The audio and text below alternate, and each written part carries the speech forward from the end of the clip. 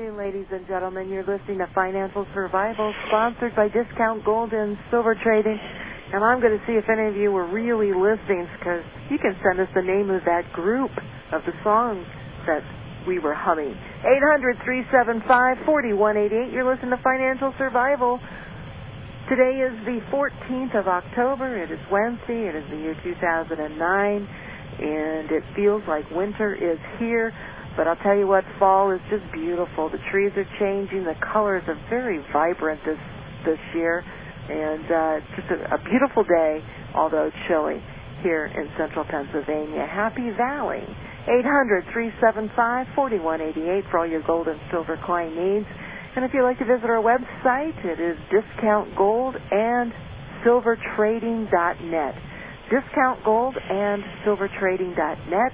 You can listen to the radio programs that we archive on a daily basis. There's articles to read and, of course, ways in which to get you started. And our phone number is listed, 800-375-4188. If you have any questions for the program today, you can send them to discountgoldandsilver@yahoo.com. discountgoldandsilver@yahoo.com. And, of course, you can always correspond with me through that email address for all your gold and silver coin investment needs, if you like prices. And, you know, sometimes it takes a little bit longer doing it through the emails because I get busy on the telephones, and by the time I check again, there could be an hour or two gone by. So give me a call at 800-375-4188.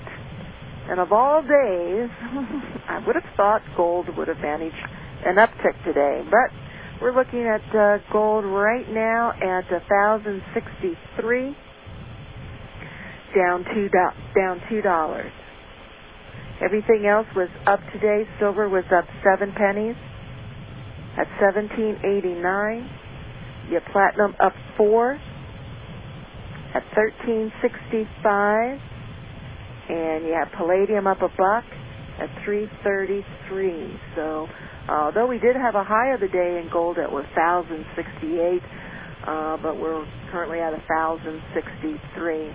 And just an amazing day. You know, it's just an amazing day. And we have Bob Chapman, an amazing man who publishes the International Forecaster.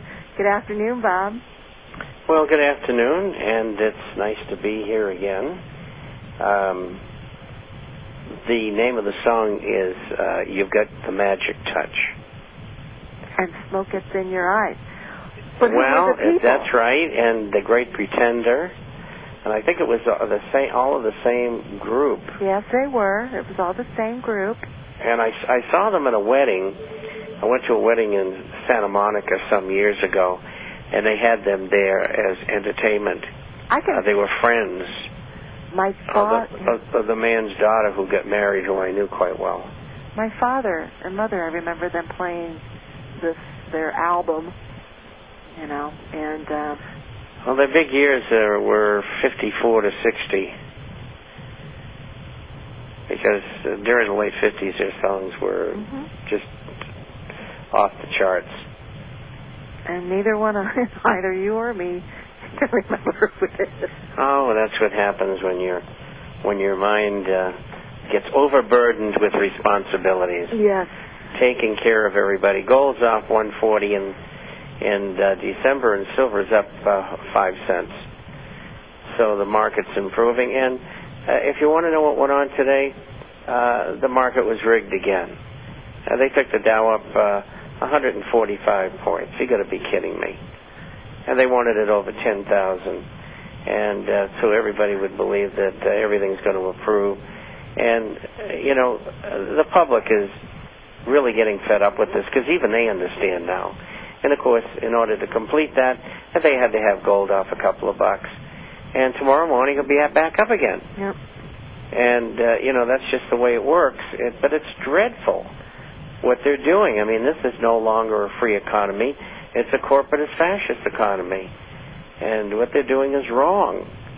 And it's got to be righted. And there's a lot of things that are wrong, and I don't know whether we're going to get them fixed short of a revolution. and but we got to try and see what we can do,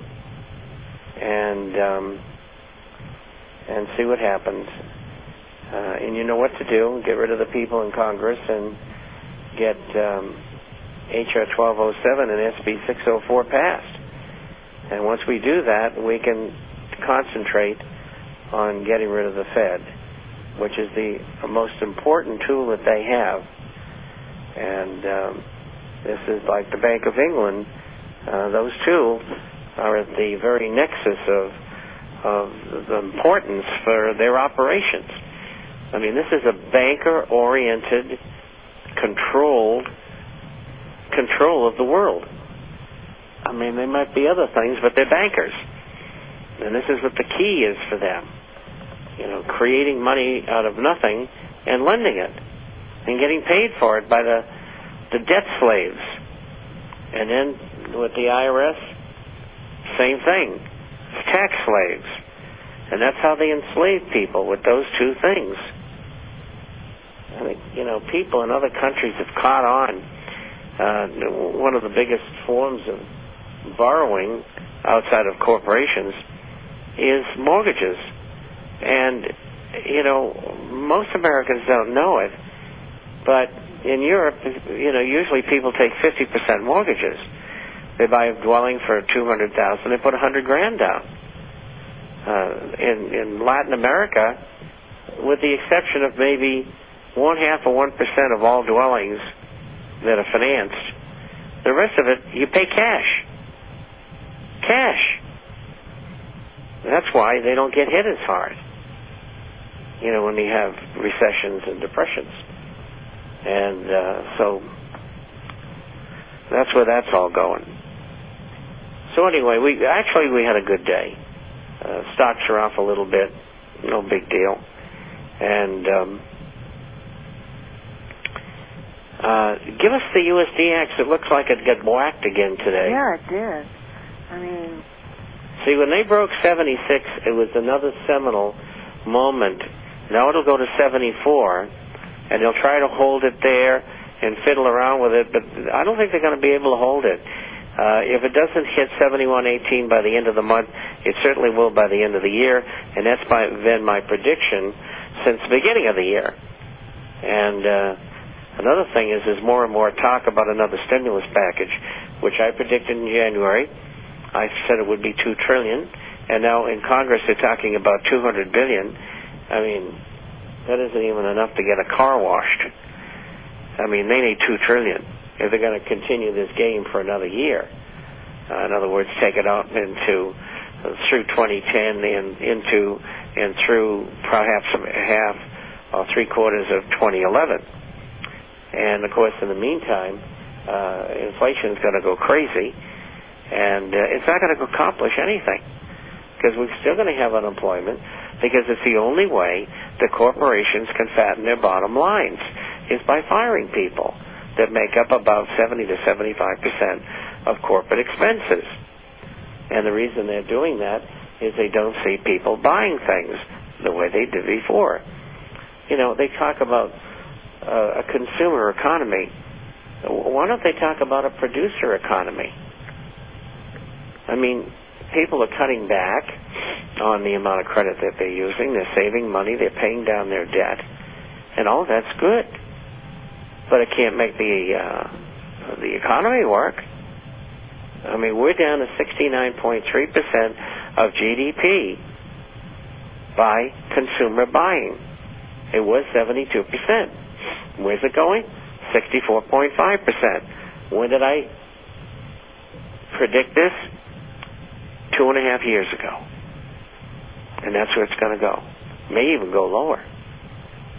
When did I predict the dollar was going to go to 40 to 55 on the USDX? 3 years ago. I mean, these people, they have no foresight whatsoever. And I'm talking about independent people.